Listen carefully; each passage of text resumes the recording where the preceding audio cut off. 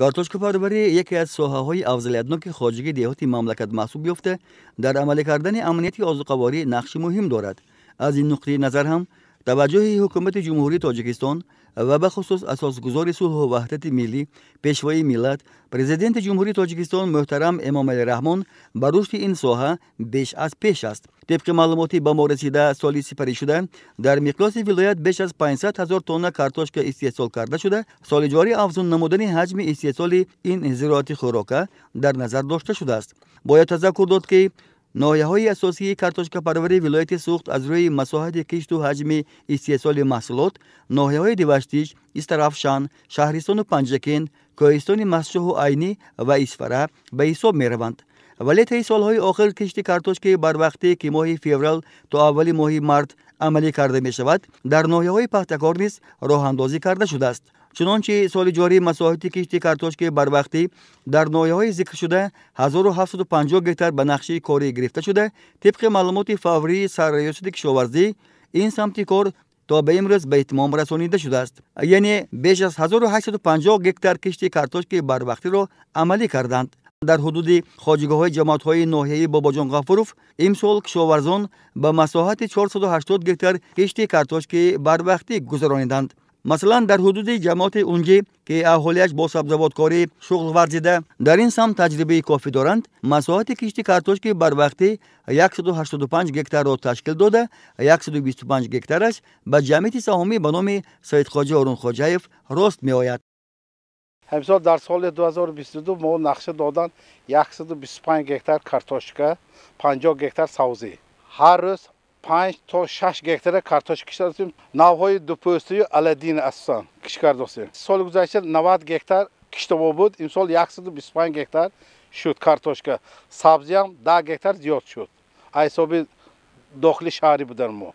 بعدی کشته تمام شدن در جایش ماش، لوبیا سبزی همتی کش میکنیم. من خیلی که دیداستم من در اینجا حاضر هم کشتی سبزی هم کشتی کارتوشک گذراندگی همین وگتاسیون پریودش همین 120 روزده هم کارتوشک هم سبزی اگر حاصل پخته رسن اگر همیشه در بازار پنجشنبه برده میفروشیم.